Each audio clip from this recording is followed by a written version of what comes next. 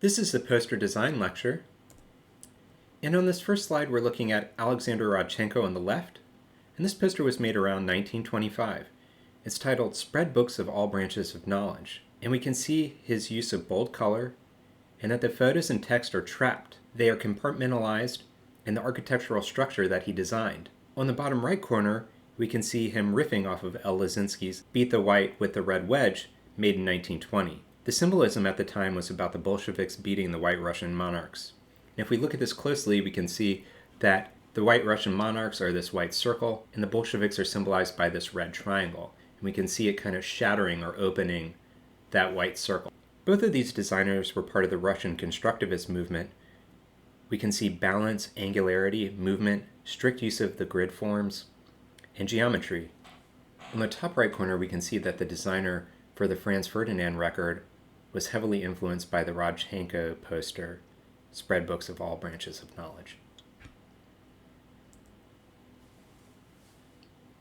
We're looking at Viktor Koretsky. He is a Russian propaganda artist and tried to convince the world of communism's moral integrity. If we look at the left side, we can see brotherhood and equality among all nations. That was from 1965. We can really see this balance, the use of symmetry and asymmetry simultaneously. We can also see a focus on balance. On the right side, we're looking at Solid Peace for the World.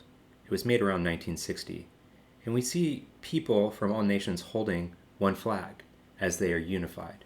The integration of text on these two posters are very subtle. Image becomes the top of the hierarchy. We're looking at more posters by Viktor Koretsky. On the left side, it says, "People will break the monopolies," and it was made in 1960. The snake is representing the monopolies, and we can see this proletariat man wrestling the snake, and the text embedded or entangled within the image. On the right, we see "We Demand Peace," which was made in 1952, right after the wars. It was an anti-imperialist propaganda for friendship of all nations. It was against war and also unifying the UN. The text embedded in the flag says, "We demand peace," as we see this image of a proletariat worker banging his hand on the table of the UN saying, "We demand peace." We're looking at Emory Douglas. He was the sole illustrator for the Black Panthers around 1970. His subject matters often revolved around peace and equality of African Americans and Africans. If we look at the left, we can see the juxtaposition of the rigid industrial bombs over the organic illustration of a poor victim. We see an example of the poor and people of color being victims of war. On the right, we see an image of a Black Panther fighting back against the police and oppression of Black Americans. It says, "We always keep close watch on the fascist movements so that they will have a miserable ending." And one thing we see congruent with a lot of these posters that we've been looking at is that they're very simple, two colors and very bold statements. On the left, we're looking at Milton Glaser from around 2005. It says, "We are all African." And he put them around New York City in response to Darfur and the Sudanese genocide, a very powerful image of unification. On the right side, we have a United Colors of Benetton campaign poster. This one revolves around racial unification, with the actual photos of hearts from different people. And we can see that they all look the same. Very powerful. On the left, we're looking at Banksy in 2007. This was a symbol he put up on the West Bank wall. And it's very ironic as we can see that the peace dove has a bulletproof vest with a target. Obviously, this isn't a poster, but I thought it would go well with symbolism, things that we're going to be dealing with our poster design. On the right, we see a United Colors of Benetton campaign poster, and it's a Prime Minister of Israel kissing the President of Palestine. And specifically on the poster, it says, "Unhate. United Colors of Benetton supports the Unhate Foundation." We're looking at an Amnesty International poster. Amnesty International is an advocacy group for international law and peace. And on this, we can see a world described by images of war. That war exists in all parts of the world. And in the quote at the bottom, it says, "Everybody is against everybody. Somebody has to be for them." And then under that, the subtitle says, "Amnesty International, 27 years of supporting the rights for all." specifically advocating for refugees of war. This is a poster designed by Copper Green, which was made around 2005. Milton Glaser wrote about this in the Design of Dissent book. It's a parody on the dancing iPod commercials from around the mid-2000s. Copper Green guerrilla posted this poster around San Francisco, New York City, and LA. We can see that this poster was specifically a response to the torture at Abu Ghraib prison and to the illegal war in Iraq. And at the bottom we can see it says 10,000 volts in your pocket, guilty or innocent. So in Milton Glaser's book, The Design of Dissent, he kind of breaks down the research and influences that Copper Green potentially used, this heavy symbols that we can see throughout history. On the top we see photography that's inspired by public execution and humiliation from the Spanish Civil War to the Vietnam War to Palestine to Abu Ghraib. In the middle we have images of the Ku Klux Klan, Jesus, the Black Moses Isaac Hayes, Barbara Kruger's feminism, The People vs. Larry Flynt. And on the bottom, we have cave paintings, Greek earthenware, we have the silhouette of Sonny Rollins' jazz record. We also have the Hitchcock Vertigo, where we see that silhouette. We also have Paul Smith and the iPod logo. So all of these things went into influencing Copper Green's resolve.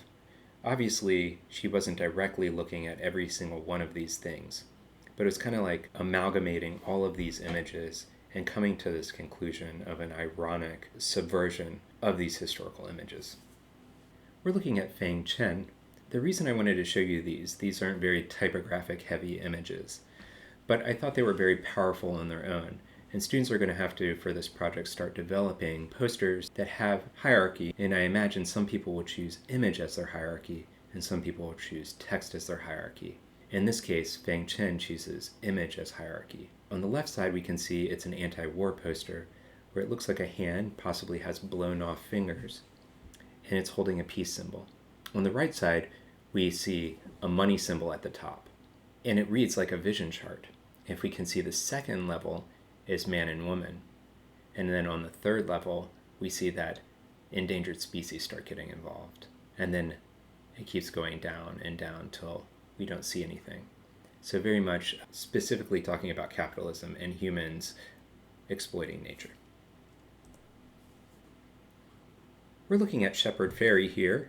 These are anti-war posters that were made around the time of the Iraq War between 2004 and 2006. On the left it says, "Make art, not war." And we can see this very symmetrical image, but also playing with asymmetry. We see the counterbalance of art and not, and make and war. Also a very simple image of these flowers inside of these guns, but then at the bottom his kind of characteristic obey imagery. These are more of Shepard Fairey's poster designs. On the left we see one about clean energy. He's made a very graphic image, very much referencing Russian propaganda posters, very minimal color scheme. At the bottom it says "Clean Energy for America," and then in the subtitle it says "Power Up America." And then on the right side he has a poster about voting. It says "Vote," and then there's a ballot box with a little speaker on it that says, "This call to action provided by Obey." That's his organization, Obey Giant. So it's like Shepard Fairey telling you to go vote. So we're looking at a Greenpeace poster here. Greenpeace is very aggressive with their imagery in regard to cruelty to nature, cruelty to animals. So in this poster we see a print from an actual bird that was from the Rena disaster. And it's oil on a bird, and they obviously stamped it to paper and made it the poster image. And then at the bottom it says, "This oil print was made using an actual bird killed in the Rena disaster." Obviously, the hierarchy becomes the shocking image of this bird dead that's imbued with oil. And then the title comes in, and then it's kind of a second punch. Very powerful. So these are more Greenpeace ads. On the right we can see BP, and it says "Moving Beyond Petroleum." This poster was specifically to the reaction of the BP oil spill in the Gulf of Mexico around 2010. On the right side, we see a Greenpeace poster, and this is a photograph of somebody putting up the poster, It has a caution symbol with a skull in it, and it says, Levi's, make fashion without pollution. And it's specifically in reference to their runoff from their dyes and their jeans. And Levi's response to a lot of this was their waterless jeans. So it's interesting how some of this publicity actually does make change. We're looking at posters made by Stanley Thomas Clough between the 1920s and 1940s. And these were made through the WPA, or the Workers' Progress Administration. And they gave money to artists to help them make posters and ads for public parks. We can see the ones that he made for the public parks here. On the left it says, let them grow. And in the middle it says, spare our trees. And on the right it says, only God can make a tree. Very powerful images, very simple. And the hierarchy is very evident. The image is the top of the hierarchy, the text the second part of the hierarchy, and then posters by the Federal Art Project, the WPA. So very staggering forms of hierarchy. Obviously, we can see here that he's using a minimal use of color. Obviously, if it's a government-sponsored project, they're going to want to save money on printing. So we can see these very minimalist posters, but very powerful. So I wanted us to take a step and look at these symbols that we see that kind of run throughout history. On the left, we're seeing an old engraving, probably around the 1800s, on the top left corner, and we can see this tarot card, and the skeleton is smoking. And we see a time capsule in his hand communicating the ideas of death. In the middle, we see an ad by Jose Guadalupe Posada. Obviously, Posada was referencing the Day of the Dead, but we can see this skeleton with a cigar in its mouth. A very iconic image, but again, thinking about death and smoking. On the right side at the top, we're looking at a portrait by Van Gogh. It was specifically of a skull smoking. Again, the idea of smoking being associated with death. And then the bottom left corner, we see MC Escher with this skull and a cigarette in its mouth. Again, thinking about death. And then on the bottom right corner, we see Jean-Michel Basquiat making a piece of work in the mid-'80s, and it says nervous system filter, and we can see the skeleton with this jaw kind of eating the cigarette, again confronting these images of death. But the one thing that's very unifying with all these throughout a very long period of history, from let's say the mid-1800s all the way to the mid-1980s, we can see that this image of a smoking skull worked its way throughout history.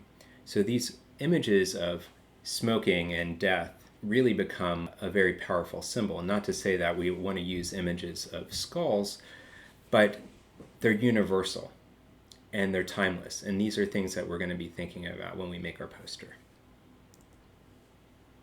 These were posters that were made for an AIGA conference. On the left, we're looking at a Paul Rand AIGA poster. And we can see that he's taking this modernist approach. It was made in the 60s, so we can see him deconstructing type with flat colors, kind of blocking out areas, making it more readable, pulling out the bare essentials. For example, we can see the A, we can see the G, and we can see the top or apex of the bottom A. And we can see the I just becoming the dot symbols. So we see A, I, G, A. Definitely more readable than legible. On the right, we're looking at Stefan Sagmeister. He made this poster for the AIGA conference in Detroit at Cranbrook University in the 1990s. He was working with the shock of the image and the distance a designer would go to get a captivating poster. We can see that his hierarchy is obviously the shocking photo. Then the text. He had an intern volunteer to be carved on with a razor. This is absolutely not Photoshop. He also does some silly things here. We can see here that he says style equals fart. In some ways, I think Sagmeister was poking fun at the institution of the AIGA and how elitist this institution can be. So, with our poster designs, I want us to start thinking about things like, how are we going to make our image for our poster? What's most important, the image or the text or the subtext? We really need to think about these things before we start making our image, and this is why it's important for us to make our thumbnails. We're looking at some images by Paul Blow here, and we can see that he very much uses ink on paper, and then he pulls these images from ink on paper and starts working with them in Illustrator to develop them and make them more complex. On the left side, we're looking at the War on Carbon. We can see that it's literally graphic bullet holes shot through the magazine, and it's on top of the skull coming out of a chimney, like a smokestack. On the right, we see him being more playful with imagery. We see him making a mustache out of broccoli. But the wonderful things about this is seeing his layering and minimal use of color.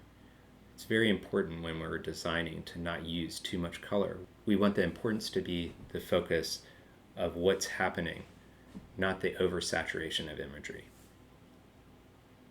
This is Christopher Silas Neal, and again, I wanted students to look at different ways of designing or making illustrations because that's important with poster design. And we can see that Christopher Silas Neal often uses textures overlapped with graphic imagery. So he often makes his own textures, he scans them in, and he lays them on top. Obviously, you can buy textures or you can find textures online to overlay them, but in his case, he generates all of them, which I think often results in the best conclusion. And we can see on the left side, we see smokestacks and these hands grabbing the smoke and kind of turning them into something else. And on the right side, we see the images of green roofs and how these urban centers can become places of growing plants that can be beneficial for people. So it's interesting, the minimal use of color on both of these. On the left side, he has the green and black, and on the right, he has kind of a muted or limited color palette.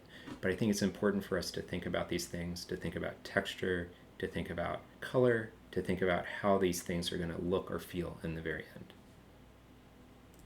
So, for our poster project, we're going to be dealing with visual hierarchy. And the objective of this project is to visualize typography in two ways. One, as visual elements in a two-dimensional composition, and two, as information which requires hierarchical organization. So what we're going to do with this poster is we are going to be using a title, a subtitle, and one image or illustration of your choice.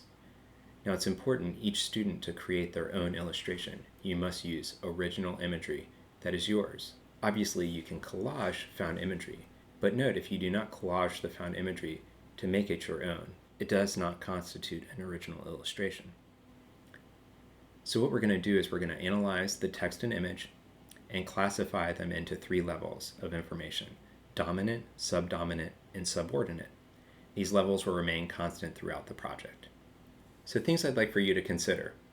Think about the relationship of one part to another. Consider how contrast, juxtaposition, exaggeration, isolation can contribute to creating a context for the content. These choices with text and image are crucial for the success of the design. Next is the design guidelines.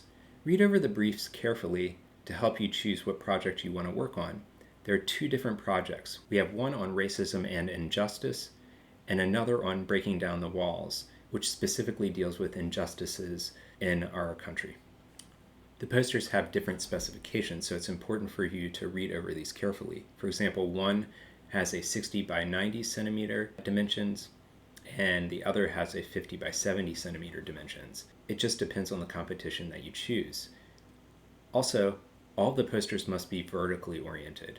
We will not have any horizontal posters. Designs must not contain any logos or logo marked by the artist. Also, the designs must reflect the themes: racism and injustice, or breaking down the walls. And I would like for you guys to read over these briefs carefully. Also, artists must use their own original artwork. Copyrighted images or clip art will not be accepted. Before we go any further, I'd like for us to look over these links. I have them on Canvas, and you can click on both of them and just choose which project you want to work on for this poster design project. All right, so submission guidelines. I'd like for us to look at these. Again, they are independent to each competition. Entries must be submitted as CMYK JPEG and 300 PPI, and the other competition allows you to submit a 300 ppi JPEG, or a PDF file type. Obviously, the corresponding dimensions need to match the project chosen. Entries need to complete registration and upload online. And that's optional. You guys don't need to turn these in. But these are real poster design competitions, and I encourage all students to participate in these competitions. All right, let's look at the parameters. These are things that I established for this project for you to use. First off, 3 colors may be used. Think about using a limited color palette, or you can use full color photography upon approval. So it's just important that we think about what we're using, and I really want us to keep this as a minimal color scheme so that students don't put too much information and bombard the viewer. I want us to be thinking about hierarchy of type, and I want us to be thinking about these classifications of hierarchy: dominant, subdominant, subordinate. Also, I'm recommending students choose one serif family or one sans serif family from the list below. And you can see the list here. We have Garamond, Baskerville, Castellan, Lublin Graph, Clarendon, Jensen, Scala, and Bodoni. Those are all of our serif fonts. And on the right side, we have Futura, Franklin Gothic, Universe, Gill Sans, Helvetica, Brandon Grotesque, Meta, and Frutiger. So you have a lot of options here for typefaces. Also, you can create your own typefaces. For example, if you want to make script, or you want to do hand painting, or you want to add some other forms of typography, that is okay. On the bottom here, we have typographic rule and reverse type may be used. You also may use type as texture. The poster must use a grid structure of some sort. It's very important for us to retain a grid structure so we understand placement and we understand hierarchy. So keep that in mind. I will be looking for that in your final design. This is all the specifications for the poster design project, and I really look forward to seeing your final designs.